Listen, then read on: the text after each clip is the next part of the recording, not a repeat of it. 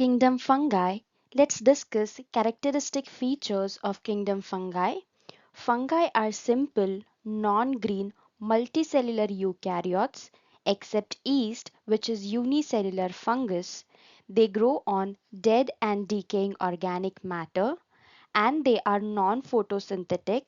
That means they do not have chlorophyll, and their mode of nutrition is saprotrophic mode of nutrition, which means they feed on dead and decaying organic matter, while a few are parasites that depend on host organism.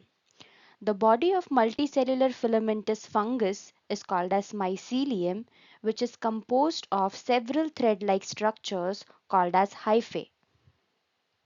The cell wall of fungus is made up of a substance called as chitin, and it is not made up of cellulose as in the case of plant cell. They reproduce by the method of spore formation, and some fungus live in symbiotic association or symbiotic relationship with blue-green algae and form lichen. Examples of fungus are Mucor and Rhizopus, Agaricus, Aspergillus, Penicillium, and yeast. Now let's take a look at molds. Molds are saprophytic fungus growing on dead organic matter, rotten fruits, leather goods, bread, and other edibles. They form fine, fluffy, and cottony mass. Rhizopus and mucor are two common examples of bread molds.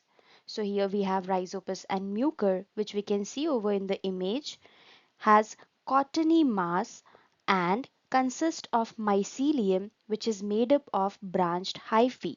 So the network of hyphae is called as mycelium, and hyphae are of three types, and the cell wall of this fungus is made up of cellulose.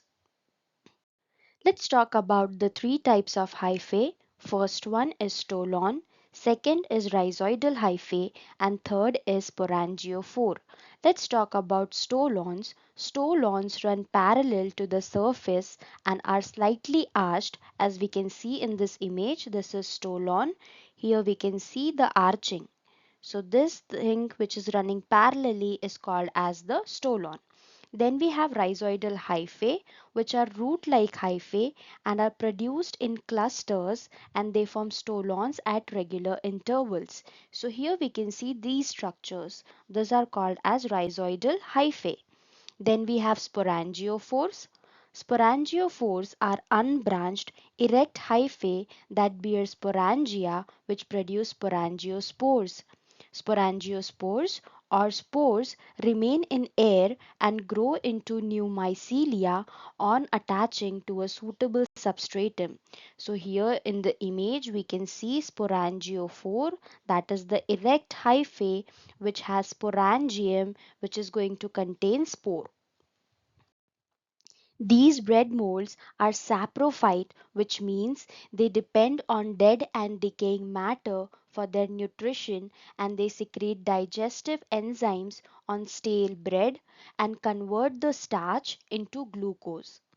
This glucose is then absorbed by stolon of the mold, and this type of digestion is called as extracellular digestion because it takes place outside the cell.